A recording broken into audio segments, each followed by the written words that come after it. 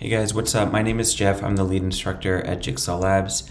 Over the next series of lessons, what we're going to be doing is going through and learning about Pyspark.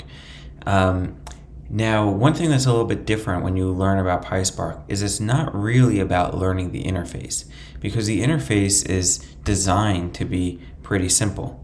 Really, Pyspark, when you learn about it, it's about learning what's going on under the hood and making sure that afterwards you can then kind of like optimize the way Pyspark or Spark is running. So let me just show you why it's not about learning the interface.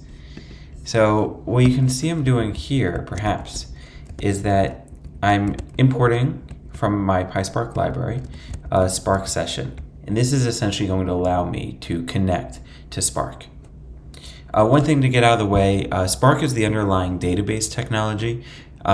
It has a Python interface, which allows me to interact with it. So that's what I'm using. So this is allowing me to connect to Spark's database, to that database. And I'm doing this, get or create a new application. And then from here, we're going to read in some data that I have locally on my computer. So you see I have this Houston claims data. I'm going to be doing Spark from the Spark session, read format CSV, the data that I'm reading in. I should put header equals true. This is essentially saying, hey, there is a header in this data. So I'm telling Spark about that. And then I'm going to assign this to be this thing called a data frame, which if you're familiar with pandas, it's somewhat similar. And it breaks, of course. Let's see what's going on. Missing one required positional argument name. Under app name, we should call this maybe my sample or Spark demo. Okay, and then what I want to do is actually reference and query these claims like it was a SQL table. So what I can do is say, have this data frame, which essentially read in these Houston claims, have it be referenced as the table name claims. So that's what I'm doing in this next line. And now once I do that, I can use this Spark session.sql to then just query my list of claims like I would in SQL. So that means maybe I'll just do select all from claims, limit 1. Then I have to call .show, and if I just call show, it will work, but it's kind of a mess. So we'll say set this vertical equals true option. There you go. All right, so I guess we all just learned how to use Spark, but like I said, it's not really about the interface. It's really about learning what's going on under the hood. So that's what we're going to be spending the majority of these lessons talking about.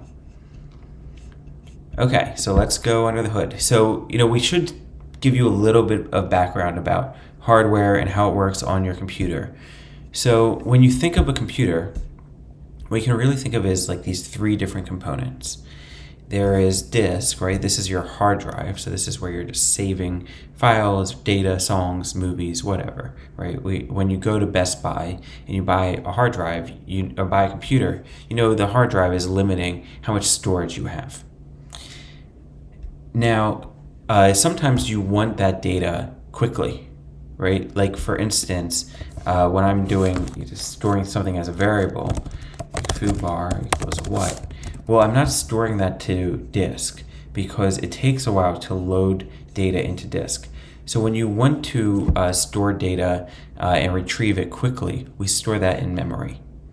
And generally, memory is more expensive than our hard drive. So there's normally less memory than there is your hard drive on your computer. And then finally, we have a CPU. This is the central processing unit. So whenever you are running an application, you are using your CPU. And really what's important about the CPU is the number of cores that it has. Okay, so a CPU might have multiple cores. And the reason why this is important is because the number of cores determines the number of applications you can run or processes you can run at precisely the same time, meaning in parallel, both running simultaneously. Now, say we only have 4 cores and a single CPU. you may think this is a little weird because it feels like we're oftentimes running way more than 4 processes or 4 applications on our computer at a given time. But really what happens is the computer or the CPU is taking turns, is having each of these applications take turns, giving it its own opportunity or allocation to use the CPU. So it's not the case that like 20 applications are running simultaneously. Instead, the CPU or the computer is alternating between them.